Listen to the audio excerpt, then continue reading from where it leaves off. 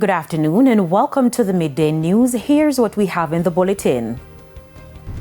Prime Minister expresses concern of being unfairly targeted by Integrity Commission. St. Anne Municipal Corporation raises health concerns ahead of Christmas festivities. And later in sports, West Indies win ODI series against Bangladesh. Thank you for joining us. I'm Kerry-Ann Simpson. Here are the details. Prime Minister Andrew Holness has expressed concern that he is being targeted following the latest Integrity Commission report, which was tabled in Parliament yesterday. In a statement last night, Mr. Holness said despite the Commission not making conclusions or findings about him in the report, he has asked his lawyers to review the document and provide further advice. Anthony Lugg has our first report. The Prime Minister says he's not a director or shareholder of the company which is the subject of the report, and he does not own the property in question. Mr. Holness says he's puzzled as to why he's a subject of the report. Mr. Holness says it's concerning that the investigators ignored statements given by the KSAMC that they observed the development to be in structural conformity with the approved plan. He also expressed concern that the investigators ignored the statements of the persons involved that explained the works being undertaken and went to draw conclusions on construction work that was in progress. The Prime Minister says it seems more than coincidence that this report was submitted to Parliament a few days before the delivery of the judgment of the Supreme Court in a matter in which he is seeking judicial review of another report of the Integrity Commission. Anthony Lugg, TVJ News. The Education Ministry is intensifying measures to improve performance in mathematics and English in secondary schools. It comes after this year's poor CXC results, with only 38% of students passing the mathematics exam. At today's post-cabinet press briefing, it was announced that the ministry will be implementing several strategies in 56 high schools that are badly in need of help. The program will focus on 3 areas: extended learning hours, accountability, and performance tracking. Exposed to a minimum of 5 hours for mathematics and English language. We're also looking at students doing extended activities outside of the regular school curriculum delivery. These extended activities speaks to camps, webinars, one-on-one sessions with experts in the areas. We have begun training professional development, our HODs, that's the heads of departments for English language and mathematics. In the meantime, Minister of Works Robert Morgan announced that Cabinet has approved the $2 billion emergency road repair program recently announced by the Prime Minister. He explained that the contracts will be issued before the end of the week. We're prioritizing with this $2 billion main roads. Roads like Grand Spen Road, that I've received numerous calls about. Minister Faval tells me about the Augustown Road and Hermitage Road. Papi into Garden Town.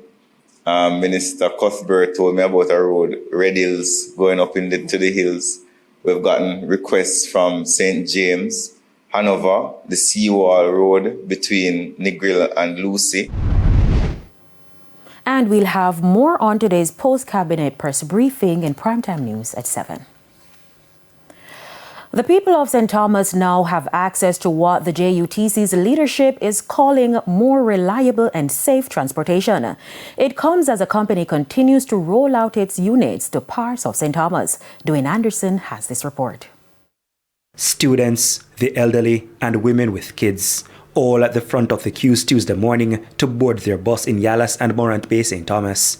The JUTC has taken its service to these residents.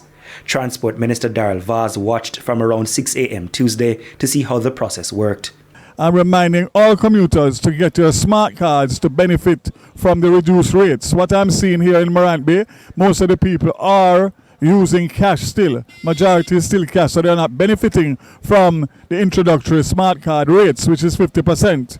So again, I've encouraged the JUTC to get into the schools, get into the townships, and find a way to be able for people to get the smart cards as quickly as possible. so that they can start saving from early. He explained the service will include 2 buses on each route starting at 6 a.m., with 3 trips each between downtown Kingston to Morant Bay and Yallas respectively. What is important is that the buses stop along the way.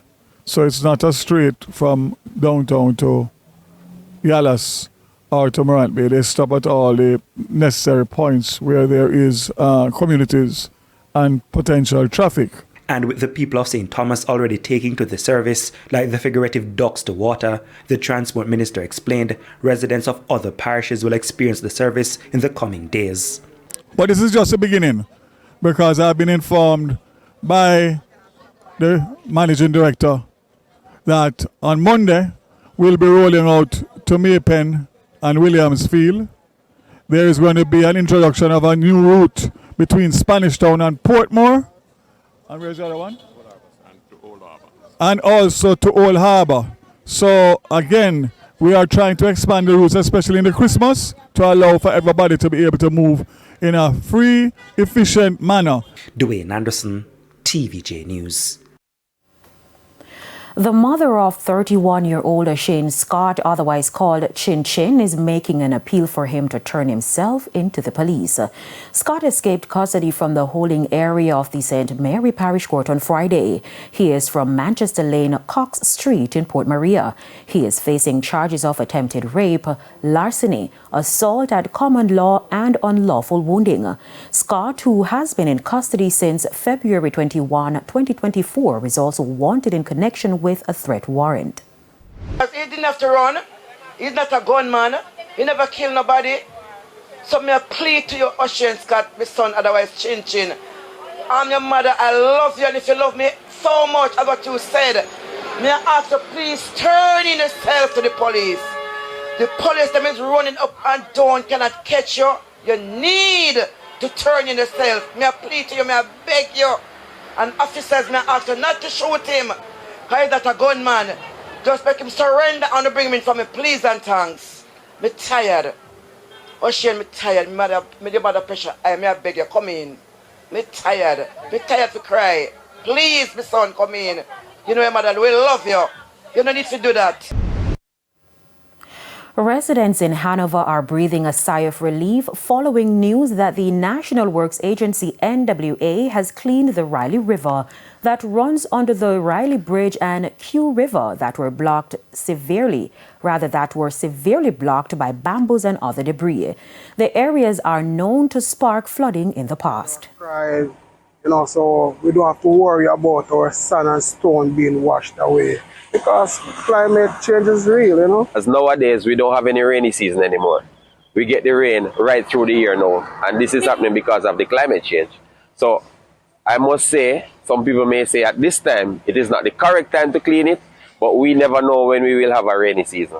So I must commend them again, because we had asked, and they have heard our cries, and they have done something about it. So let us hope they will now hear the cry about the main road through the town of Lucy, and something else will happen to it soon. Community Relations Officer for the NWA, Janelle Ricketts, says the bridges were critical areas in the parish that were severely restricted and needed to be cleaned. Effort by the NWA forms part of a major mitigation program, which was valued at approximately $23 million. The program targeted critical drains in flood-prone areas right across the parish of Hanover. The St. Anne Municipal Corporation says it will be taking a no-nonsense approach this festive season to vendors who will be selling food and other items in the parish.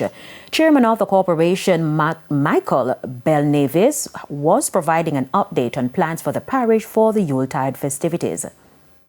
Get the requisite documentation or face the consequences. That's the warning to vendors who plan to carry out their trade in the various towns in the parish of St. Anne.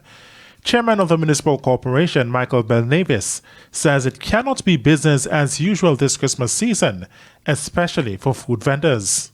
We're ensuring that all of them comply with the health department in terms of washing of their hands and making sure that everything is sanitary, so we don't have any outbreak of anything. And at the same time, they'll be given designated spaces where they'll pay for. The health department who will be out there, they'll be given an identification tag And if they're not identified from that tag, that means that they're illegal. And you can ask to show that your food handler's permit, and that will be displayed in the tag. So in other words, if the individual does not have a tag, then you should not buy food from them because it's not certified by the health department. Now he notes that coming into the festive season, there was a shortage of municipal police to carry out operations, but that has been bolstered. We have hired triple the amount of municipal police now, and they've all gone through their checks to make sure that they're up to speed and have been trained, and they will be out there in their numbers working in the system. So people were wondering why they didn't see the municipal police out there because we're really short-staffed. Now we're up to speed, and they'll be out there in their numbers, ensuring that the quorum is maintained, ensuring that people are not just operating ad hoc, they're operating under the regulation. In the meantime, Mr. Belnavis notes that the yearly detours in the major townships will again occur this year. As for the parish capital, St. Anne's Bay, he says most of the one-ways which have been in place will remain. He further noted that patching work will commence shortly on some of the alternative routes there. It will be a similar move for Brownstown, which is one of the hotspots for grand market activities. Those detour routes are currently in a deplorable state. According to Chairman Belnavis, those alternative routes too will be fixed by the Member of Parliament and the Councillor for the Brownstown Division. Councillor Kim Brown Lawrence will be doing Liberty Drive, which is an alternative every year as a bypass through the town itself, because the town will only be for pedestrian traffic. So the vendors and so on will be doing a normal vending in the township. Will be allowing that. The traffic changes will take effect from Monday, December 16 until January 2, 2025. O'Shane Masters, TVJ News. It's time for a break. Stay with us. More local stories when we return.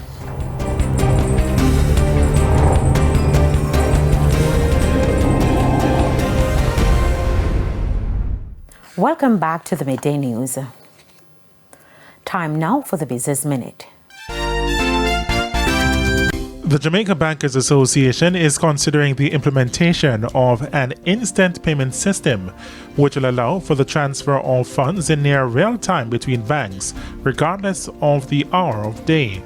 This was disclosed by Deputy Governor of the Bank of Jamaica, Dr. Jide Lewis, during the sitting of the Standing Finance Committee in Parliament yesterday. It is still at the proposal phase.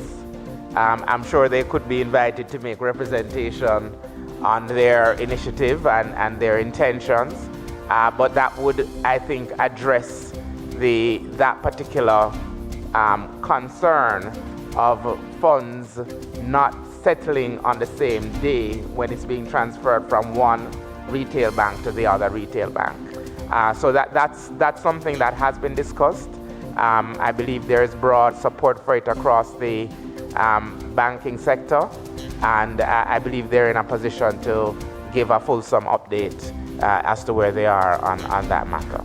Further afield, the global airline industry could reach an historic milestone. The International Air Transport Association, IATA, says airlines could rake in more than $1 trillion in revenue next year. This comes as passenger numbers could hit an all-time high of 5 billion. According to the trade group, airlines' average profit per passenger could increase to around $7 next year. 18 months ago, the profit per passenger was just $2.25. For the Business Minute, I'm Shane Masters. And here's a preview of what's coming up in this evening's health report. In this evening's health report, we look at heartburn. For heartburn or reflux-related pain, it's usually a burning pain. It's in the center of the chest. It's usually related to the presence of meals, so depending on the timing of the meal, it's something which may be associated with water brash, so acid taste in the back of the throat, or sometimes it may be severe hematocrit regurgitation of food in the mouth or actual vomiting. It settles on taking antacids, for example. Cardiac pain or heart pain is a different type of pain. It's still centered in the chest, or it could be to the left side of the chest, described as normally a pressing pain. It could be a very sudden, could be associated with palpitations, made worse on exertion. There could be shortness of breath, or there could be pain which irradiates down the arm, for example. and it's relieved by rest or taking specific medications for the heart. That's the health report in primetime news at 7. And now for today's healthy living tip. Avoid eating before bed. Remain upright after meals. Avoid fatty and spicy foods, and sleep on your left side. Time now for the top regional and international stories. In the region, Guyana has submitted the final written brief on the merits of its border controversy case with Venezuela in the International Court of Justice. Caracas is now expected to respond to the brief. A statement from the Ministry of Foreign Affairs said the brief was personally delivered to the registrar of the court by Guyana's ambassador in Belgium. Guyana initiated the case in March of 2018 following the decision by UN General Secretary Antonio Guterres that he had chosen the ICJ as the means to be employed for the resolution of the controversy between the two countries. Guyana and Venezuela have been at loggerheads over their shared border, with Venezuela claiming 2/3 of the landmass of the CARICOM member as its own.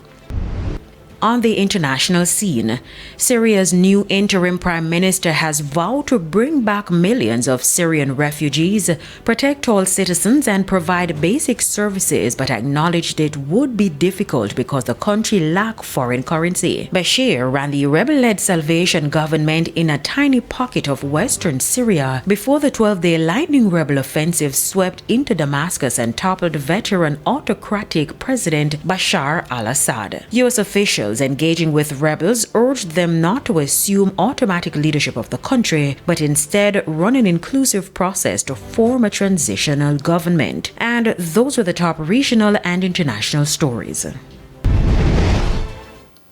And we head to a quick break. When we come back, Midday Sports.